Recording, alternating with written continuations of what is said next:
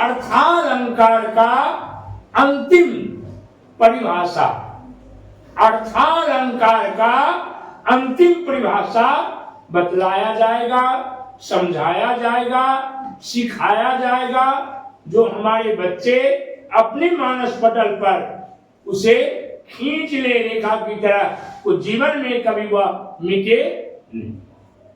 अलंकार है मानवीय गुणों की शोभा। जब तक अलंकार मनुष्य में नहीं होगा, किसी भी वस्तु में नहीं होगा, तब तक उसकी कोई महत्ता नहीं होती है, चाहे वह काव्य हो, मनुष्य हो, वस्तु हो, जो भी हो। तो आज हम लोग कहाँ जा रहे हैं? रूपक अलंकार की।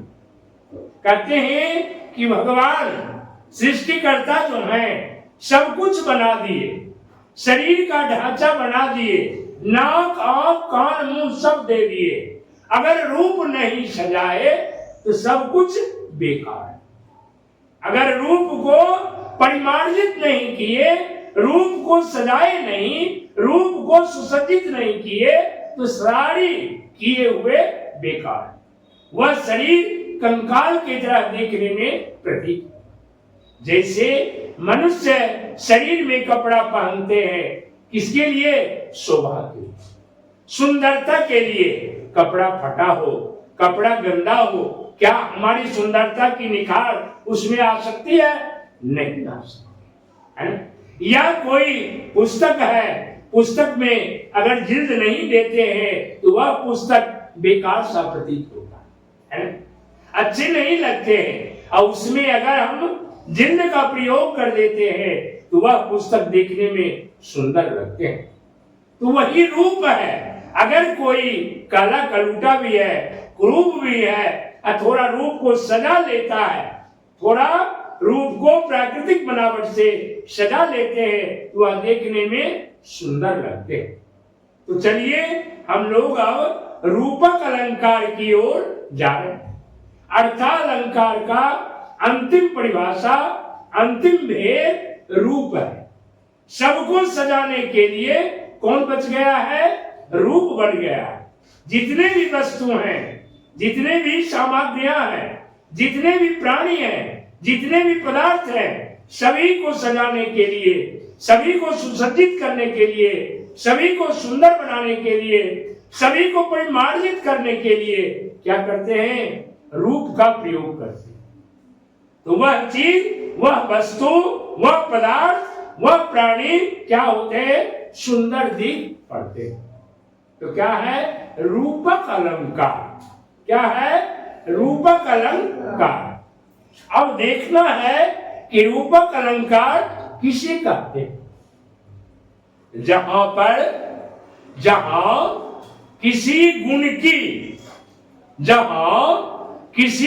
की अत्यंत, अत्यधिक, अति, है ना, समानता किया गया। जहां पर किसी गुण की अत्यंत समानता का कारण, समानता के कारण उपमेय में ही उपमा का अभेद आरोप कर दिया गया। उपमेय का अर्थ आप जानते हैं, किसी की उपमा देना। अब उपमेय, उपमान का अर्थ है एक वस्तु से दूसरे वस्तु की तुलना करना। तो कहते हैं जहां गुण की अत्यंत समानता होने के कारण, अत्यधिक बराबरी होने के कारण, हम बड़ा तो हम बड़ा। लक्ष्मी कहती है कि हम बड़े हैं, सरस्वती कहती है तो हम बड़े। भाई अब किसकी बड़प्पन की जाए? लक्ष्मी की बड़प्पन की जाए या सरस्वती की बड़प्पन की? कहा ठीक है, आइए हम देखते हैं किसका वर्णन होगा। तो जब लक्ष्मी आती है ना तो क्या कहते? आप बहुत सुंदर है। आप क्या है? बहुत सुंदर है। अब जब जाने लगती है तो कहता है ये सबसे खराब। लेकिन सरस्वती जब आती है तो वो जाति लौटकर नहीं। तो सरस्वती सदैव मानस पटल पर घरों में विराजमान रहती। तो वहां पर सरस्वती का वर्णन किया गया है, वहां पर सरस्वती का उपमान किया गया है, लक्ष्मी का उपमेय। तो उपमान जहां गुण की अत्यधिक समानता बराबरी, जहां दोनों वस्तु एक समान है, कोई किसी से कम नहीं है, तो बताइए वो हम किसका वर्णन करें, किसकी बड़ाई करें, किसकी बुराई करें, यह कहना मुश्किल है और समर्थ हो जाते हैं। वहां पर उपमेय में ही उपमा का, उपमेय में ही उपमान का अभेद आरोप कर दिया गया है। वहां पर आरोप लगा दिया जाता है। उपमान जो है उपमेय पर आरोपित कर रहा है, उसे हम रूपक अलंकार, उसे क्या कहते हैं, रूपक अलंकार कहते हैं। जहां पर गुण की अत्यंत समानता के कारण, समानता होने के कारण, बराबरी होने के कारण, एक समान होने के कारण, तुल्य होने के कारण, सदृश होने के कारण उपमेय में ही, उपमेय में ही उपमा, उपमेय में ही उपमान का अभेद आरोप करके दिखाया गया, उसे ही हम रूपक अलंकार कहा। कैसे? इसके लिए हमें सटीक उदाहरण चाहिए, समझाने के लिए, समझने के लिए कोई वस्तु दिखाइए। तो कहा गया है उदित उदयगिरि मंच पर, उदित उदयगिरि मंच पर रघुवर बाल पतंग, उदित उदयगिरि मंच पर जब सूर्य का प्रकाश प्रकाशित होते हैं, वह देखने में अति सुंदर लगते, वो क्या हो जाता है, मंच के समान आसनस्त हो जाता है। तो उदित उदयगिरि मंच पर रघुवर बाल पतंग, रघुवर किसको कहते हैं, भगवान श्री राम को कहते हैं, भगवान को कहते हैं, मर्यादा पुरुषोत्तम श्री राम को कहते हैं। तो वह कैसे प्रतीत होते हैं, तो बाल पतंग के समान, बाल पतंग के समान देखने में परिलक्षित होते।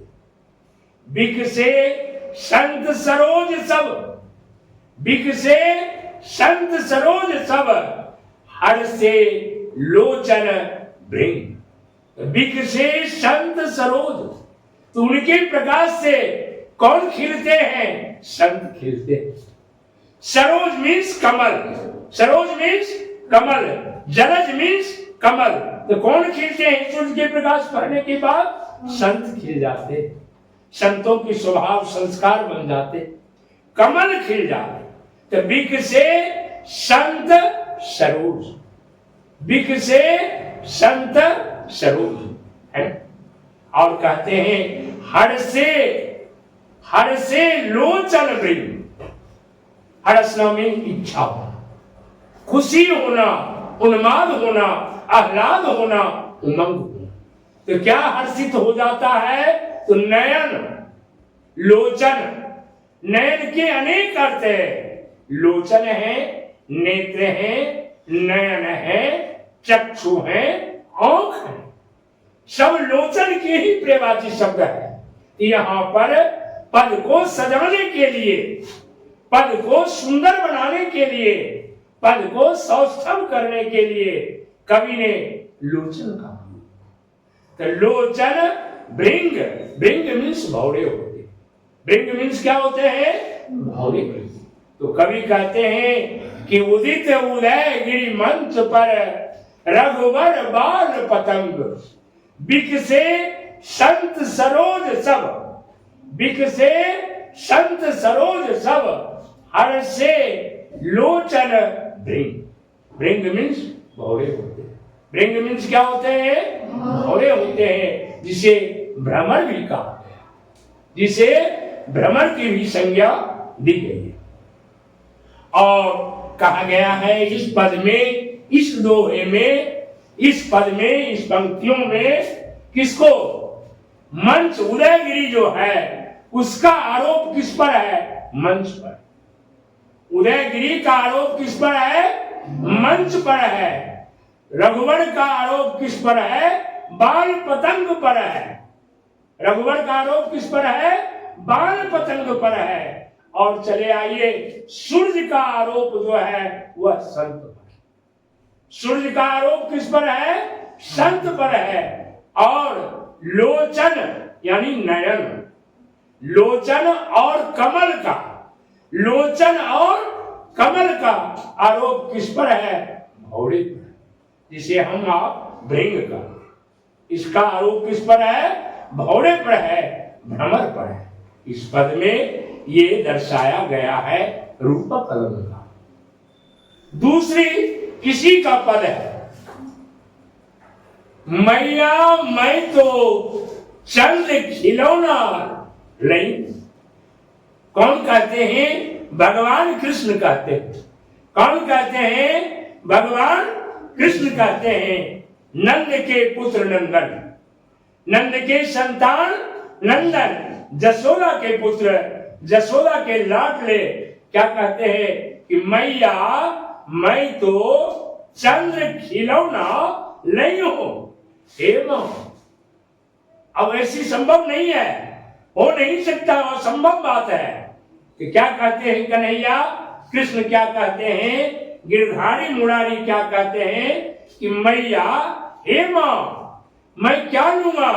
चंद्रमा के समान, चंद्रमा के समान खिलौना चाहिए।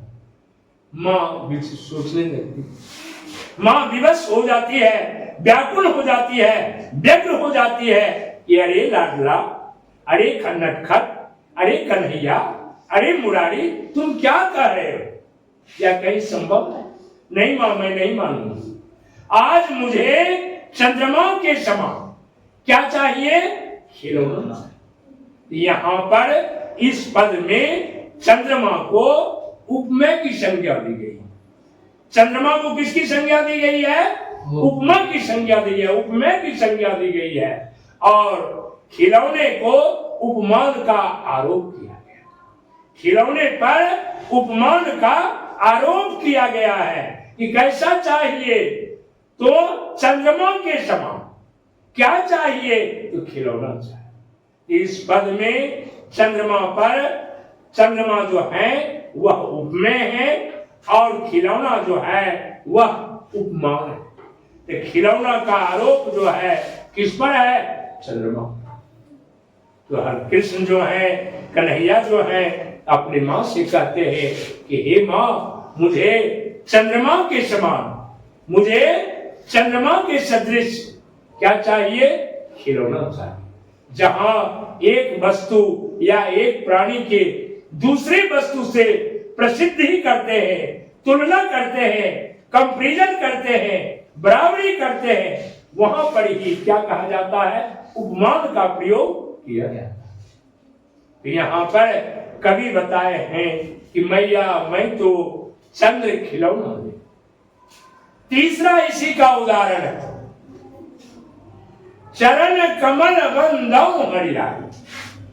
चरण कमल बंदौ हरिराई। हरि किसको कहते हैं? भगवान को। कृष्ण को भी कहते हैं, शिव को। हर और हरि, हर और हरि, एक तरफ हर है तो एक तरफ हरि। तो कहा गया है चरण कमल बंदौ हरिराई। किसकी चरण है? कमल के समान। तो भगवान जो है, कृष्ण जो है, हरि जो है, उनके चरण कैसे हैं? कमल के सदृश, कमल के समान सुंदर है। वैसे चरणों को मैं क्या करता हूं? वंदना करता हूं। वैसे चरणों का मैं क्या करता हूं? प्रणाम करता हूं। इस पद में हरि के चरण में, हरि के चरण में उपमेय है और कमल में उपमान का आरोप किया गया। कमल में उपमान का आरोप किया गया है। कहा गया है कि भगवान का चरण जो है वह कैसे है? कमल के समान कोमल है। कमल के समान कोमल है। किनके चरण? भगवान के। वही तीसरी पंक्ति में आता है, क्या है? कभी और बताए हैं क्लास में हम, पायो जी मैंने राम रतन धन पायो, पायो जी मैंने राम रतन धन पायो। यहाँ पर क्या कहा गया है, यहाँ पर क्या उपमेय किया गया है कि राम जैसे राम उपमेय और रतन धन जो है वह उपमान है, रतन धन पर आरोप किया गया। तो कहते हैं कि मुझे क्या चाहिए, पायो जी मैंने, आज मैंने पा लिया। क्या मैंने पा लिया? पा लिया, पा लिया, पा लिया। यानी ईश्वर की असीम कृपा होने के बाद, ईश्वर की अनन्य कृपा होने के बाद वह क्या पा लिया? तो राम जैसे रतन धन, रतन जो है वह बहुमूल्य वस्तु, जिसकी मूल्य कोई चुका नहीं सकता है, जिसकी मूल्य की बराबरी कोई नहीं हो सकता है, तो सबको पाना दुष्प्राप्य है, सबको पाना दुर्लभ है, सबको पाना अप्राप्य। वैसी वस्तु राम जैसी रतन, राम सबों के हृदय में, सबों के मन में, सबों के घर में, सबों के घट में, सबों की आत्मा में बस में जाकी रही भावना जैसी। भावना अगर अच्छी है तो भगवान की मूर्त आपके, भावना अगर अच्छी है तो भगवान की मूर्त आपकी अच्छी है। तो भक्त जो है, भक्त के बस भगवान होते हैं। यहाँ कभी कहते हैं क्या, पायो जी मैंने राम रतन धन पाए। तो राम को यहाँ क्या कहा गया है? उपमेय कहा गया है, और रतन धन को उपमान का आरोप किया। कहीं कोई दिक्कत नहीं। इसे ही हम रूपक अलंकार कहते हैं, इसको ही हम रूपक अलंकार की संज्ञा दिए। चलिए अब कहां पर? श्याम पर।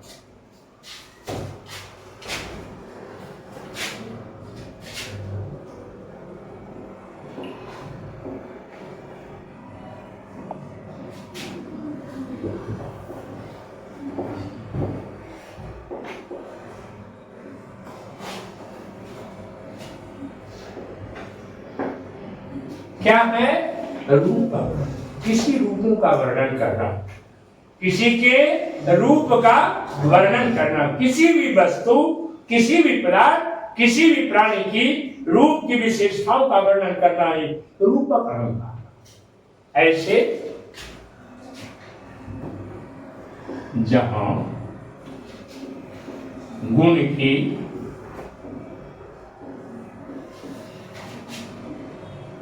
अत्यंत समानता, समानता मीन्स बराबरी होने के कारण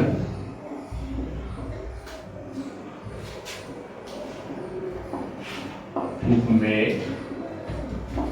में ही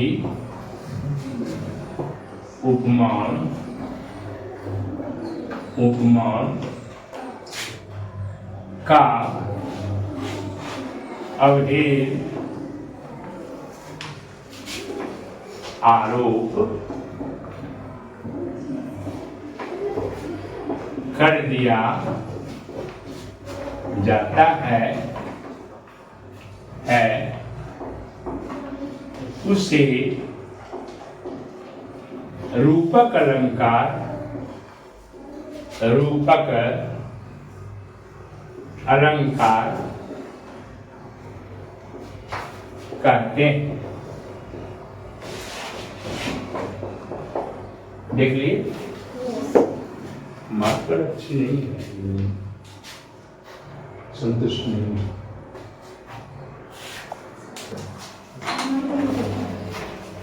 ये सब रामायण अच्छा से साइड में रख दो, लिख लो।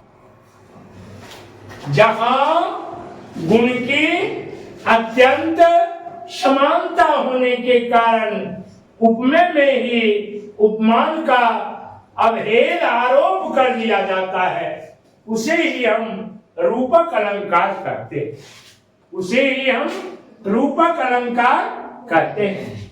ये उपमेय जो है, या देख रहे हैं उपमेय, उपमेय का अर्थ होता है किसी का उदाहरण देना। हम अगले चैप्टर में भी पढ़ा, उपमा अलंकार में आपको इसकी परिभाषा बता दी।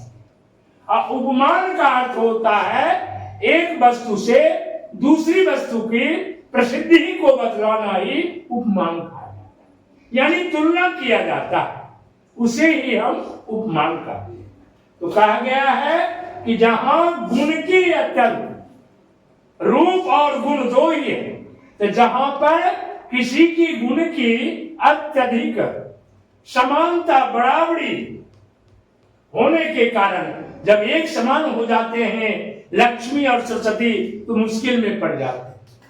भाई किसकी यहाँ पर बड़ाई करें, दोनों तो एक समान दिख पड़ रहे। लक्ष्मी धन की देवी है तो सरस्वती विद्या की देवी। अब किसको यहाँ पर हाथ चढ़ाकर बोले, किसको कम कहें किसको ज्यादा कहें, यह असंभव है। ऐसी स्थिति में उपमेय में ही उपमान का अभेद कर दिया जाता है। अभेद कर अभेद बताते हुए क्या करते हैं, आरोप कर देते, उसे ही हम उपमा रूपक अलंकार, उसको क्या कहते हैं, रूपक अलंकार कहा जाता है।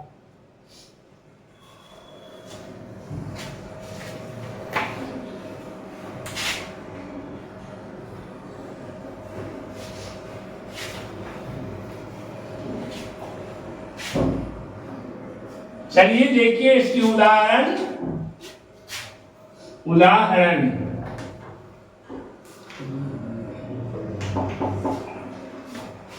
इंग्लिश में एग्जाम्पल कहते हैं, हिंदी में जैसे कहते हैं, संस्कृत में था कहते हैं। अब थोड़ा क्लिष्ट बनाने के लिए, थोड़ा प्रभावपूर्ण बनाने के लिए क्या कहते हैं, उदाहरणार्थ। उदाहरण देना, बतलाना, समझाना। उदाहरणार्थ का अर्थ होता है उदाहरण के लिए। तब यहां है उदित, उदय, गिरी, मंच पर, रघुवर, बाल, पतंग। क्या है, उदित, उदय, गिरि, मंच पर। गिरि मीन्स क्या होते हैं, पर्वत। गिरि मीन्स क्या होते हैं, पर्वत होते हैं। उदय मीन्स सूर्य का उदय होता है, उदित खुला। रघुवर, राम जो हमारे हैं। बाल पतंग, बाल पतंग के समान। तो उदित, उदय, गिरि, मंच पर, रघुवर, बाल पतंग। विकसे, संत, सरोज, सब। विकसे, संत, सरोज, सब। हर्षे, लोचन, भृंग। विकसे मीन्स होता है खिलना, प्रस्फुटित होना। तो जब उसका प्रभाव पड़ता है, सूर्य का प्रभाव पड़ता है, तो कौन खिल जाते हैं, सरोज और संत। सरोज और संत।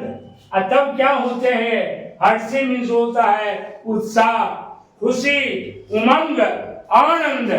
इससे जब खिलने के बाद आनंद हो जाता है तो क्या, लोचन, भृंग, नयन जो है वह भौरे के समान चंचल हो जाते हैं। भौरे बहुत ही चंचल होते हैं।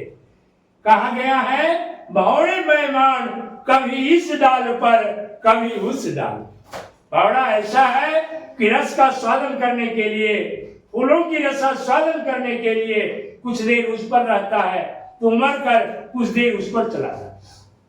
इसलिए भौरे को बेईमान कहा गया है। बेईमान की संज्ञा दी गई है कि भौरे बेईमान कभी इस डाल पर कभी उस डाल।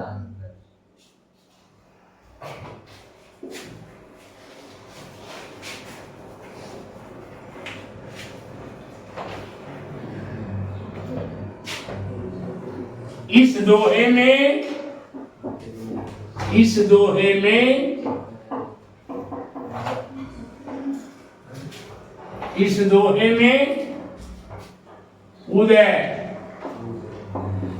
उदयगिरि पर, इस दोहे में उदित उदयगिरि मंच पर, उदयगिरि पर मंच का आरोप है। उदयगिरि पर किसका आरोप है? मंच का। उदयगिरि मंच पर रघुवर बाल, रघुवर पर बाल पतंग का, रघुवर पर बाल पतंग का। उदयगिरि पर है मंच का, रघुवर पर है बाल पतंग का। सूर्य का संतों पर, सूर्य का किसका है? संतों पर है। और लोचन अर्थात नयन, अर्थात नयन, नेत्र, चक्षु और लोचन अर्थात लोचन, सरोज, इन दोनों का आरोप है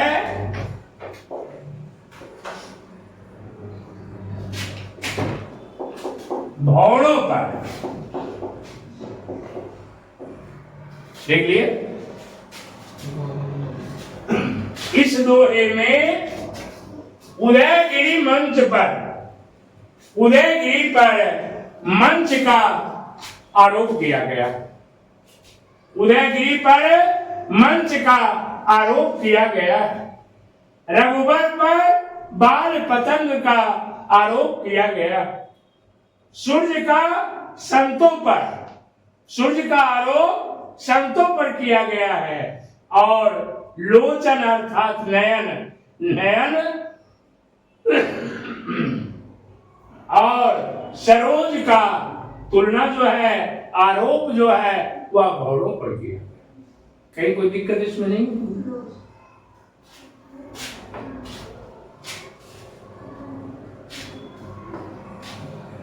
उदित उदयगिरि मंच पर रघुवर बाल पतंग, बिकसे संत सरोज सब, हर्षे लोचन भृंग। याद रखना है, भृंग का अर्थ बौड़ा होता है, लोचन का अर्थ आंख होता है, बिकसे का अर्थ होता है खिलना, सरोज का अर्थ कमल होता है, सरोज का अर्थ कमल होता है। यानी उस उदयगिरि पर्वत पर जब सूर्य का प्रभाव पड़ते हैं तो वह प्रभाव संत पर, सरोज पर पड़ जाते हैं। तो भौरे जो हैं वह इधर उधर फिरने लगते हैं, घूमने लगते हैं, आनंदित होने लगते हैं, मन को बहलाने लगते हैं, भटकाने लगते हैं। देख लिया? जी सर।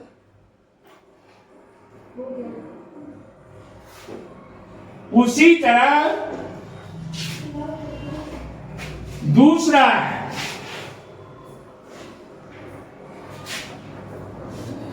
दूसरा उदाहरण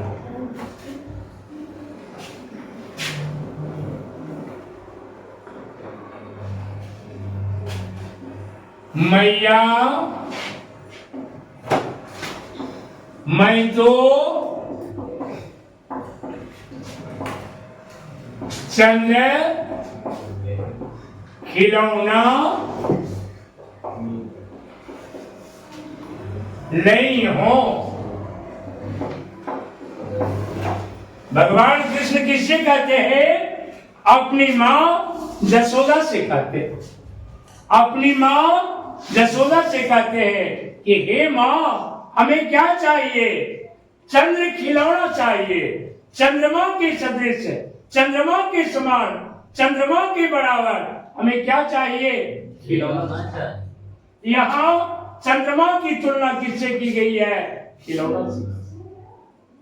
मैया मैं तो चंद्र खिलौना नहीं। इस पद में चंद्रमा उपमान उपमेय। चंद्रमा उपमेय। चंद्रमा क्या है? उपमेय। और खिलौना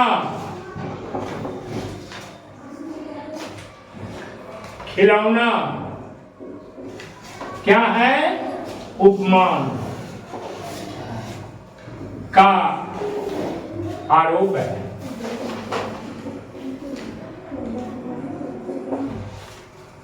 इस पद में चंद्रमा जो है वह उपमेय है और खिलौना जो है वह उपमान का आरोप कर रहा है। इसलिए चंद्रमा और खिलौना को सदृश किया गया है, समानता किया गया है, प्रसिद्धि बतलाई जा रही है। इसलिए यहाँ पर रूपक अलंकार का प्रयोग किया गया है। देखिए अब अगला उदाहरण है चरण कमल बंदौ हरिराई। चरण कमल बंदौ हरिराई। मैं भगवान के चरणों को, कैसी चरणों को? कमल के समान कोमल चरणों को प्रणाम करता हूं, वंदना करता हूं। इस दोहे में भगवान की चरणों को महत्ता दी गई है। किससे? कमल से। भगवान की चरण कैसे हैं? कमल है। लिखिए।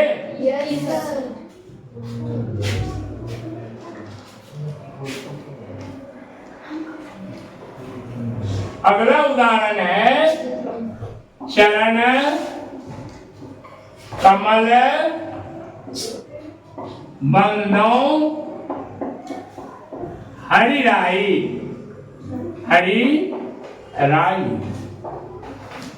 चरण कमल बंदौ हरिराई। कहते हैं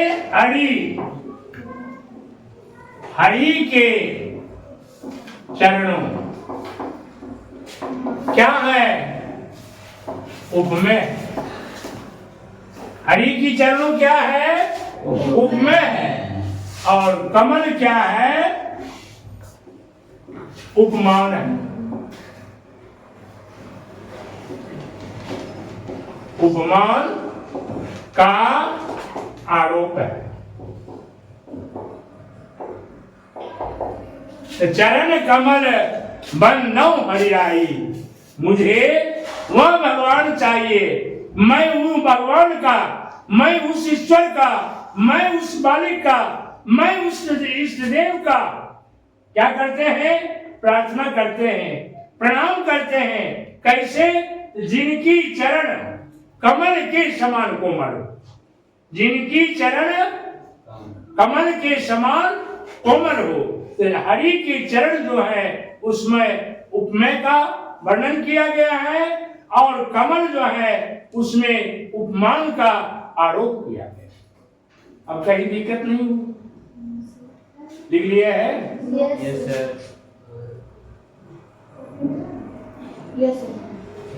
अब अगला है लास्ट अंतिम दोहे का।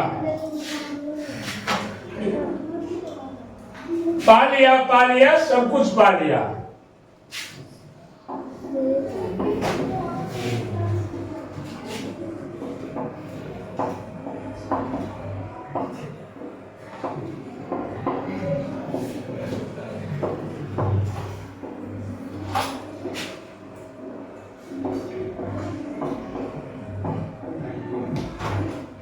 क्या कहा गया है? पायो जी मैंने राम रतन धन पाया। क्या कहते हैं कि आज मैंने क्या पा लिया? आज मैंने क्या पा लिया? राम जैसे रतन धन को, संपत्ति को, वह धन, वह रतन जो सभी पुरुषों को नसीब में नहीं।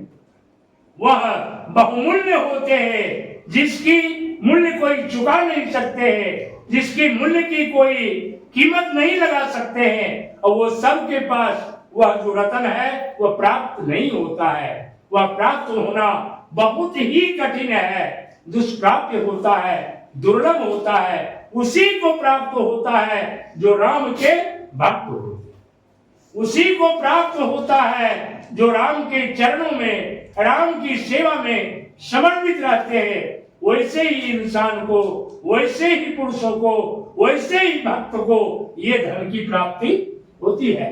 इस पद में कहा गया है कि पायो जी मैंने राम रतन धन पाया। राम में उपमेय है और रतन धन में उपमान का आरोप किया गया। अब कहीं कोई दिक्कत नहीं, समझ जाइएगा, लिख लीजिएगा। चलिए, तो आज अलंकार जो है अपना विश्राम ले रहा है। अलंकार जो पाठ है वह आज समाप्त कर दिया। अलंकार पाठ अब आप लोग समझ लीजिएगा। अलंकार के दो वेद हैं, शब्दा अलंकार, अर्था अलंकार। शब्दा अलंकार के तीन वेद हैं, अनुप्रास अलंकार, यमक अलंकार, श्लेष अलंकार। अर्था अलंकार के 5 वेद हैं। शब्दा अलंकार शब्द को चमत्कृत करते हैं, अर्था अलंकार काव्य में अर्थ को चमत्कृत करते हैं। इसलिए दोनों का नाम अलग अलग है और दोनों के बिना दोनों सुना हो जाते हैं। एक के बिना एक की शोभा नहीं हो सकती है। कोई शब्द की शोभा को बढ़ाती है तो कोई अर्थ की शोभा को बढ़ाती है। इसलिए कहा गया है कि यह अलंकार जो है काव्य की शोभा कारक धर्म माना गया है। यह अलंकार काव्य की शोभा कारक धर्म माना गया है। तो अर्थालंकार के 5 भेद हैं, उपमा अलंकार, उत्प्रेक्षा अलंकार, अतिशयोक्ति अलंकार, मानवीकरण अलंकार और रूपक अलंकार। तो चलिए, आज पहला था उपमा, किसी का उदाहरण देना, और दूसरा है रूप को सजाना। तो अंत भला तो सब भला। यह कहानी आज समाप्त हो गई। यह पाठ जो है अलंकार का बता दिया गया। अगले दिन फिर आप लोगों को वाक्य या वाच्य पर समझाया जाए।